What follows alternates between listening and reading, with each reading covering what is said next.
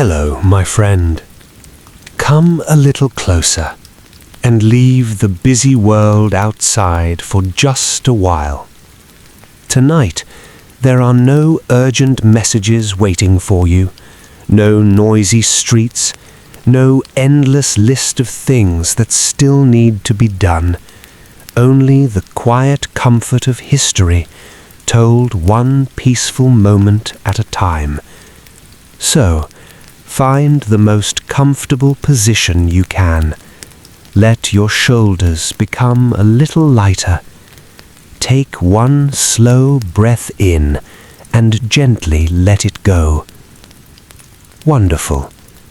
Now imagine that the modern world has quietly disappeared. There are no engines, no electric lights, no glowing screens. Only the gentle sound of a cool morning breeze moving through wooden rooftops, and somewhere in the distance, a church bell quietly welcomes another ordinary day. Tonight, our journey takes us back more than 600 years to the first light of morning slowly begins to spread across the village. The stars fade one by one, while a soft golden glow quietly appears beyond the distant hills. Thomas opens the heavy wooden door of his cottage. A cool breeze greets him at once. It carries the fresh scent of damp earth, wild herbs, and smoke rising from the first cooking fires. For a moment, he simply stands there, listening. The world is wonderfully quiet. Somewhere nearby, a rooster proudly announces the arrival of another day. A sleepy dog stretches beside a wooden fence. Small birds flutter between the branches of an old oak tree. Nothing feels rushed. Nothing feels loud. In a world without clocks, people wake with the sun. Thomas begins his walk toward his bakery. The narrow dirt road is still empty. His leather boots leave gentle footprints in the soft morning soil. He passes a tiny vegetable garden. Fresh cabbages, onions. Thomas gently pushes open the heavy wooden door. It greets him with the familiar creak it has made every morning for as long as he can remember. The bakery is still quiet. Only the faint crackling of yesterday's fire can be heard inside the old clay oven. A few glowing embers continue to breathe beneath the ash, patiently waiting to awaken once more. The warm scent of flour, oak wood, and fresh herbs fills the little room. To Thomas, there is no sweeter smell in the entire world. He carefully hangs his cloak beside the doorway. Everything has its place. The wooden bowls rest neatly upon the shelves. The linen cloths are folded with care. The woven baskets wait patiently for the loaves that will soon fill them. Nothing has changed since yesterday, and somehow that feels comforting. Thomas walks to the stone table where a heavy sack of flour waits. He unties the coarse rope with slow, practiced hands. A small cloud of white flour rises into the cool morning air before gently settling back on the table. He smiles quietly. The dough rests quietly beneath a linen cloth. Thomas knows there is no reason to rush. Good bread has always asked for two simple things: time and patience. While the dough slowly rises, he steps outside the bakery for a moment. The village is awake now. Thin ribbons of smoke drift from nearly every chimney. Wooden shutters swing open one by one. Children, still rubbing the sleep from their eyes, follow their mothers into the narrow streets. A farmer leads 2 gentle oxen toward the fields beyond the village. A young girl carries a basket of fresh eggs with both hands, careful not to drop a single one. Thomas watches them all with a quiet smile. He has seen this same morning hundreds of times, yet somehow it never feels exactly the same. The air carries the sweet scent of wildflowers growing beside the road. Somewhere nearby, a blackbird begins to sing. Its cheerful melody floats gently above the rooftops before disappearing into the brightening sky. After a few peaceful moments, Thomas returns inside. The dough has risen beautifully, soft, light, and full of tiny air pockets. With calm, practiced hands, he divides it into round loaves. Each one is shaped slowly, not because it must be perfect, but because every loaf deserves care. He brushes away the extra flour from the wooden tip. One by one, the loaves are placed onto a long wooden peel. The clay oven glows with steady warmth. As Thomas slides the bread inside, a gentle wave of heat fills the room. The heavy wooden oven door closes. Now there is nothing left to do except wait. Minutes pass quietly. Then the wonderful smell begins. Warm bread, toasted grain, oak smoke. The comforting aroma drifts through the tiny bakery window, spilling gently into the village street. Before long, the first customer appears, an elderly man carrying a walking stick. He smiles before saying a single word. The first loaves of bread rested quietly inside the warm clay oven. For now, there was nothing more Thomas could do. Bread could not be hurried. It had to bake slowly, just as it always had. Thomas stepped outside the bakery and took a slow breath. The morning had fully arrived. Golden sunlight spread gently across the rooftops, turning every wooden cottage into a warm shade of amber.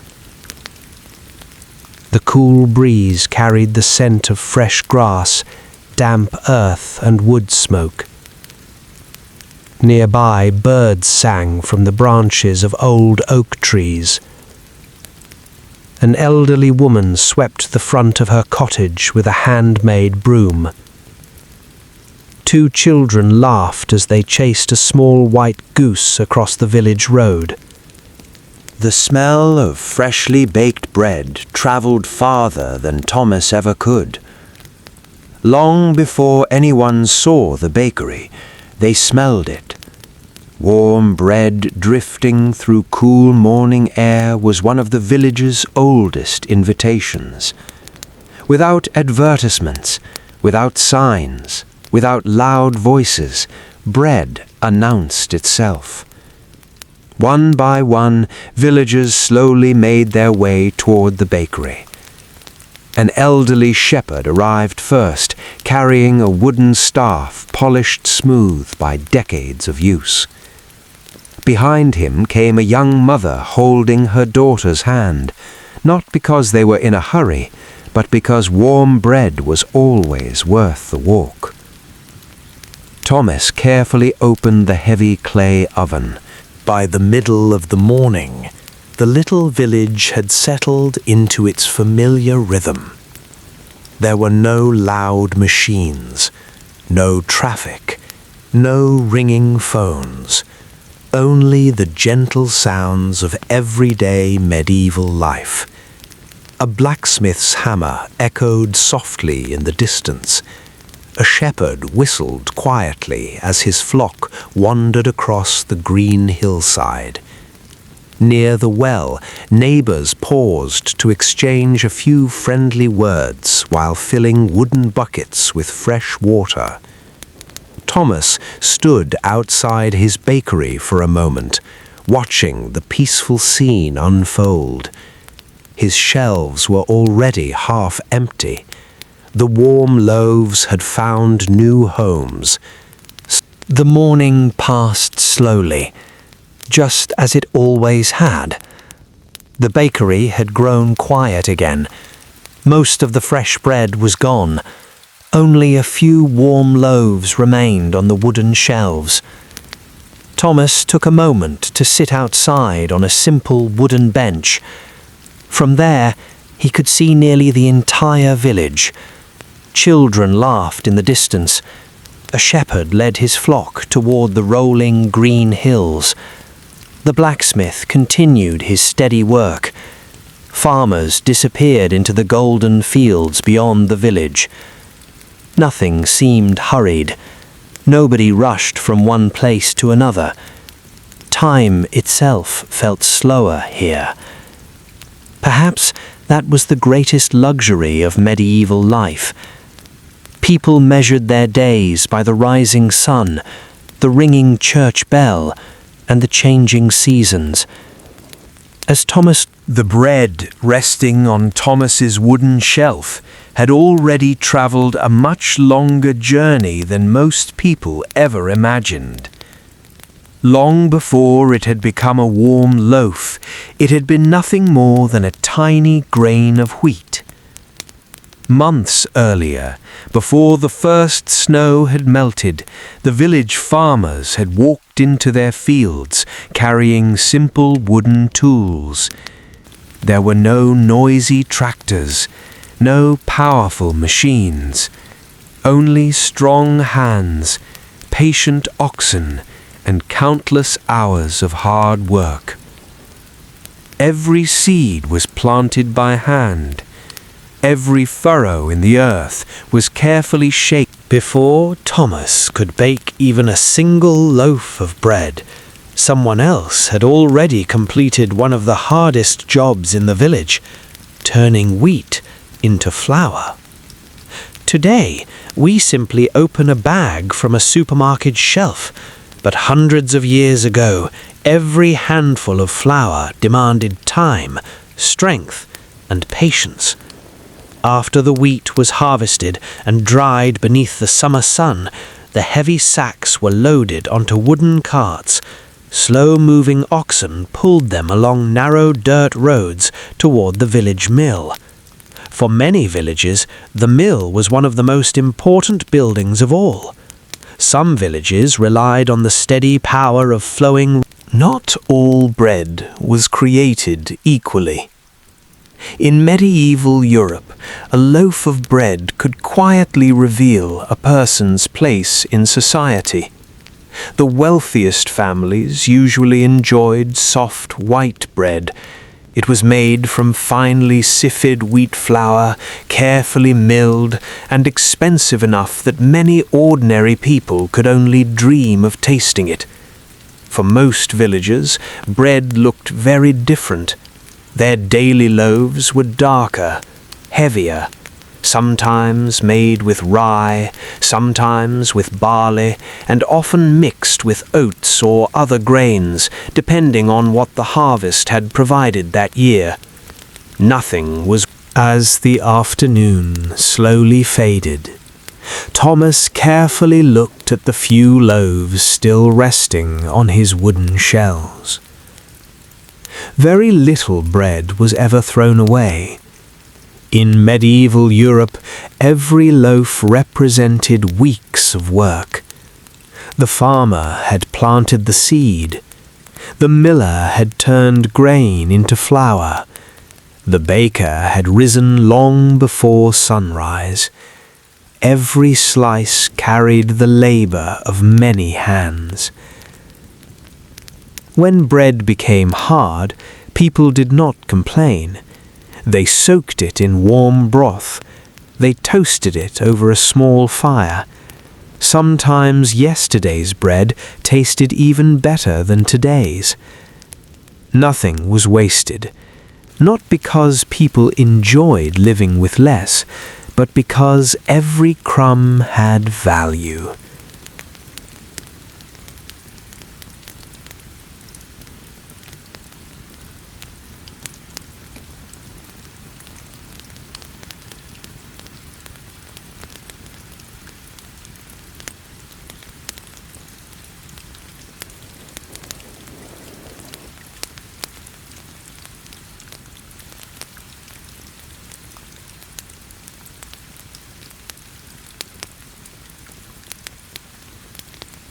By the time the morning sun climbed above the hills, the fields were already alive with quiet work.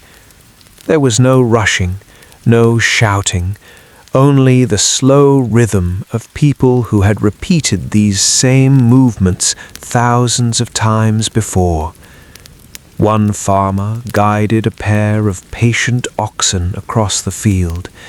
The heavy wooden plough carved long, straight lines through the dark soil.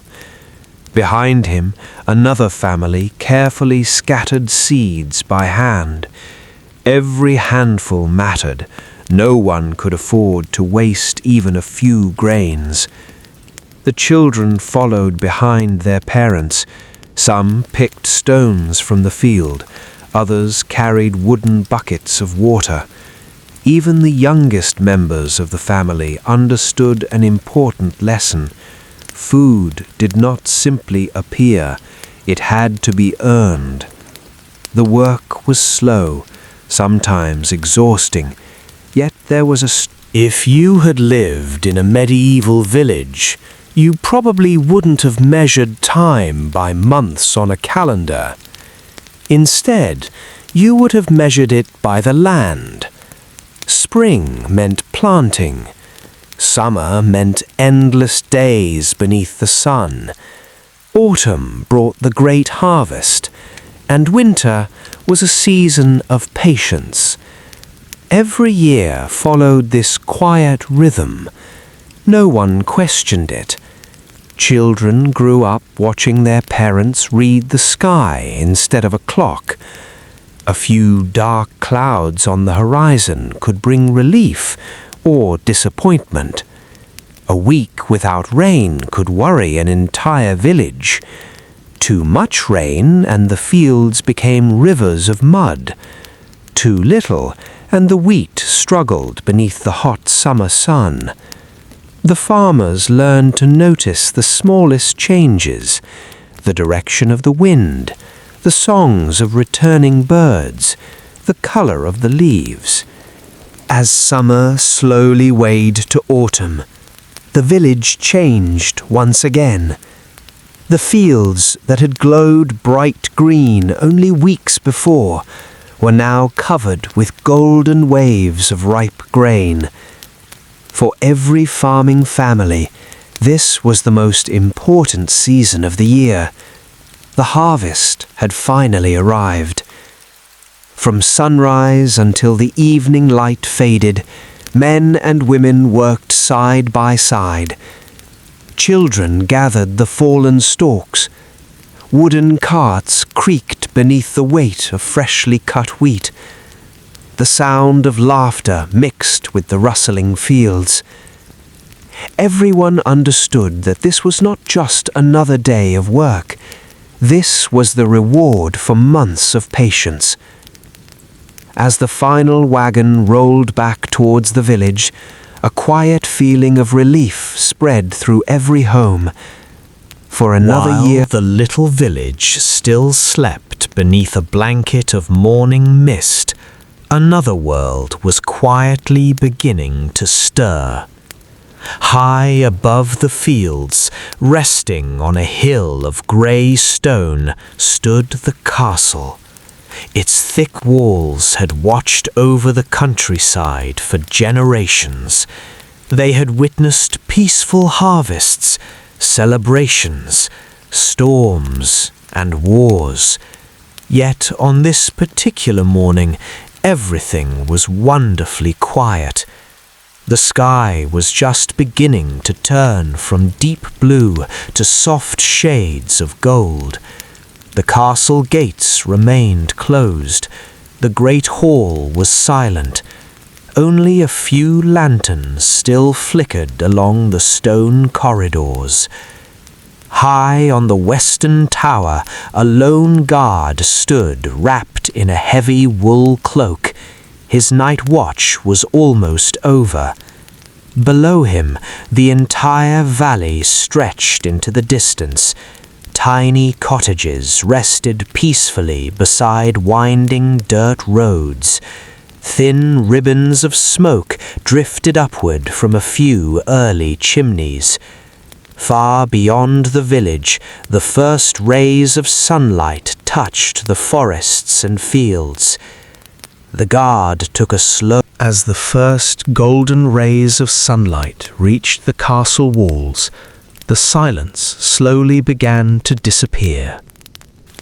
Not all at once, but little by little. A servant quietly unlatched the heavy wooden shutters overlooking the courtyard. Fresh morning air drifted into the ancient stone halls. Somewhere in the distance, a stable boy greeted the horses with a gentle pat on the neck. The animals had already begun their day. Water buckets were carried one by one across the courtyard.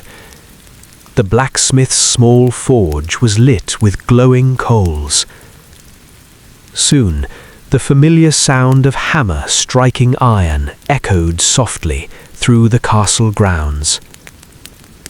Inside the enormous kitchens, the day became busier. Fresh bread from the village bakery arrived in large woven baskets. Clay jars filled with milk, fresh eggs, cheese and herbs were carefully placed upon long oak tables. A cook stirred a great iron pot hanging above the fire. The smell of onions, fresh herbs and warm bread. By the time the castle was fully awake, the lord of the castle was only just beginning his day. Unlike the farmers or the servants, he had not risen before sunrise. His mornings were slower, but they were no less important. A servant quietly opened the thick wool curtains that covered the narrow stone windows. Golden sunlight spilled across the chamber. The room was simple by modern standards: a large wooden bed, a carved oak chest, a stone fireplace where the last embers of last night's fire still glowed faintly. There were no luxurious bathrooms, no soft mattresses, no electric heating. Even a powerful lord lived surrounded by cold stone walls for much of the year. After dressing in layers of fine wool and linen, the lord made his way toward the great hall. Along the corridors, servants bowed politely as he passed. The smell of fresh bread, warm porridge, smoked bacon, and herbs drifted from the kitchens. As the afternoon slowly faded into evening, the castle began to change once again. The busy footsteps in the courtyard became fewer. The sound of hammers from the blacksmith's forge slowly disappeared. The cooks prepared the final meal of the day. Servants carried warm bowls of stew, fresh bread, and roasted vegetables into the great hall. Outside, the soldiers gathered for one last training exercise before sunset. Wooden practice swords struck against round shields. Young squires practiced their balance beneath the watchful eyes of experienced knights. Not every lesson was about fighting. Many were about patience, discipline, and knowing when not to draw a sword. As the sun slipped behind the distant hills, the training came to an end. The castle gates were pulled shut with a deep wooden rumble. Heavy iron bolts slid into place. The drawbridge slowly rose above the moat. One by one, torches along the stone walls were lit. Their warm orange flames danced long before the village baker lit his oven, and long before the castle guards changed their watch. Another community had already begun its day. Hidden behind thick stone walls, surrounded by quiet gardens and ancient oak trees, stood a medieval monastery. Unlike the busy village or the grand castle, the monastery was built for silence. Before the first hint of sunrise touched the horizon, a single bronze bell echoed through the cool morning air. Its deep, gentle sound rolled across the sleeping countryside. Inside their small stone rooms, the monks quietly opened their eyes. There were no hurried footsteps, no loud voices, no commands. Each man rose from a simple wooden bed covered with a wool blanket. The room contained almost nothing else.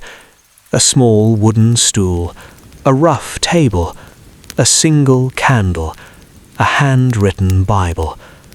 For the monks, comfort was never the goal.